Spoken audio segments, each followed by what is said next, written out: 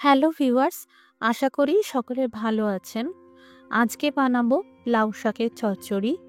এটি সুস্বাদু বাঙালি ঘরোয়া রান্না। আমি যেভাবে এই লাউ শাকের চচ্চড়ি বানাই সেটাই আজকে আপনাদের সকলের সাথে শেয়ার করব।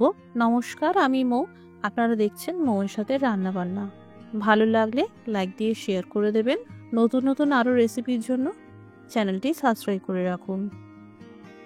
এখানে আমি লাউ শাক আগে থেকেই ডাঁটি থেকে আলাদা করে নিয়ে জলের মধ্যে ভিজিয়ে রেখেছিলাম আর ভালো করে ধুয়ে নিয়েছি। আর এইখানে লাউ শাকের যে ডাঁটিগুলো রয়েছে বেশ কচি আর নরম আছে। মোটামুটি 1 থেকে 1.5 ইঞ্চি সাইজ করে কেটে নেব। এখানে লাউ শাকের ডাঁটিগুলো যেহেতু খুবই নরম, তাই আলাদা করে আঁশ ছাড়ানোর কোনো প্রয়োজন হয়নি। এই লাউ শাকের ডাঁটিগুলো জলের মধ্যে দিয়ে দিলাম। এখানে নিয়েছি কুমড়োর খোসা আগে থেকেই ছাড়িয়ে রেখেছিলাম। এইভাবে চৌকো করে আর মাঝারি সাইজ করে কেটে নিলাম। যেহেতু আমি এখানে খুবই অল্প পরিমাণে সবজি বানাচ্ছি, তাই প্রত্যেকটা সবজির পরিমাপ অল্প করেই নিয়েছি। লাউ শাকের ডাঁটির সাথে জলের মধ্যেই কুমড়োর পিসগুলোকেও দিয়ে দিলাম। 4টে পটল নিয়েছি, 2 দিকটা কেটে ফেলে দিয়ে সামানা করে ছেঁচে নেব। এক একটা পটলকে লম্বা করে 4 ভাগে কেটে নিলাম। পটল যেহেতু কচি আছে, তাই পটলের দানা বের করার প্রয়োজন হলো না। আপনারা চাইলে দানা ফেলে দিতে পারেন। এই সব সবজিগুলোকে একসাথে ধুয়ে নিয়েছি। এদিকে একটা বড় সাইজের আলুর খোসা ছাড়িয়ে নেওয়ার পর প্রথমে গোল গোল করে কেটে নিলাম।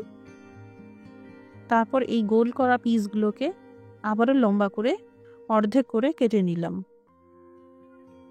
প্রচণ্ড গরমে লাউ পাতাগুলো অনেক নেতিয়ে গিয়েছিল, তাই জল দেওয়া মাত্রই আবার তাজা হয়ে উঠেছে। এই দেখুন, এই পাতাগুলোকে ভালো করে ধুয়ে নিয়েছি।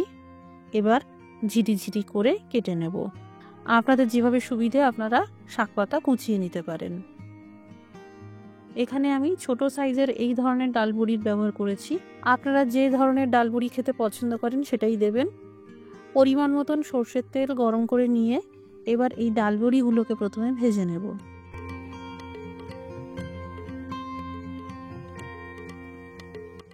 আবারও পরিমাণ মতন সর্ষের তেল দিয়ে দিলাম। ফোড়নে ভেজে নিলাম 1 চামচ কালো জিরে আর একটা শুকনো আস্ত লঙ্কা। অনেকে এই লাউ শাকের চচ্চড়ি 5 ফোড়ন দিয়ে করেন। আপনার যদি কালো জিরের পরিবর্তে 5 ফোড়ন দিতে ইচ্ছে করে দিতে পারেন। এবার কেটে রাখা আলু দিয়ে বেশ 2 মিনিট মতন হাই টু মিডিয়াম ফ্লেম করে ভেজে নিতে হবে। এখানে আলাদা করে সবজি ভাজার প্রয়োজন নেই। এইভাবে একসাথে ভেজে নিলে সময় সাশ্রয় হবে আর খেতেও ভালো লাগবে। এবার একে একে পটল, কুমড়ো আর লাউ শাকের ডাঁটি দিয়ে দিলাম। আবারও ভেজে নিতে থাকবো। এখনই লবণ দেওয়া যাবে না, লবণ দিলে সবজি থেকে প্রচুর জল বেরোতে শুরু করবে। তাই কিছুটা ভেজে নেওয়ার পর 2 মিনিট ঢেকে রান্না করতে হবে। 2 মিনিট ঢেকে রান্না করার পর সবজিগুলো নরম হতে শুরু করেছে। এই পর্যায়ে দিয়ে দিলাম সন্ধক লবণ প্রায় 1 চামচ মতন, আর সেই সাথে কুচানো লাউ শাক দিয়ে দিলাম। বেশ 3-4 মিনিট ধরে এই সব সবজি ভেজে নিতে হবে। লাউ শাকে এমনিতেই প্রচুর জল থাকে, তাই আলাদা করে জল দেওয়ার দরকার নেই। যেহেতু ডালের বড়ির ব্যবহার করেছি, তাই সামান্য করে আধা কাপ মতন গরম জল দিয়ে দিলাম। আর ডালের বড়িগুলো দিয়ে দিলাম। কম আঁচে ঢেকে সিদ্ধ হওয়া পর্যন্ত রান্না করব। ততক্ষণে এই দিকে মিক্সিতে পেস্ট করে নিলাম 2 চামচ সর্ষে, 1 চামচ কালো সর্ষে, 2 চামচ পোস্ত। সর্ষের তেতো ভাব মারতে 2টি কাঁচা লঙ্কা আর 3টি শুকনো আস্ত লঙ্কার ব্যবহার করা হয়েছে। ভালো করে বেটে নিলাম, এই চচ্চড়িতে দিয়ে দিলাম। বেশ 2 মিনিটের জন্য ভেজে নিতে হবে।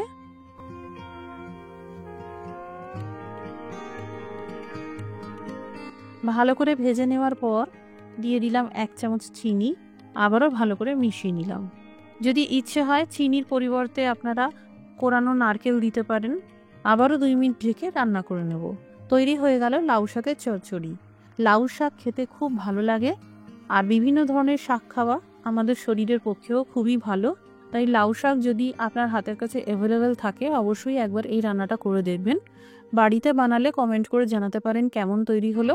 রেসিপিটি দেখার জন্য অসংখ্য ধন্যবাদ। সবাই ভালো থাকুন, সুস্থ থাকুন।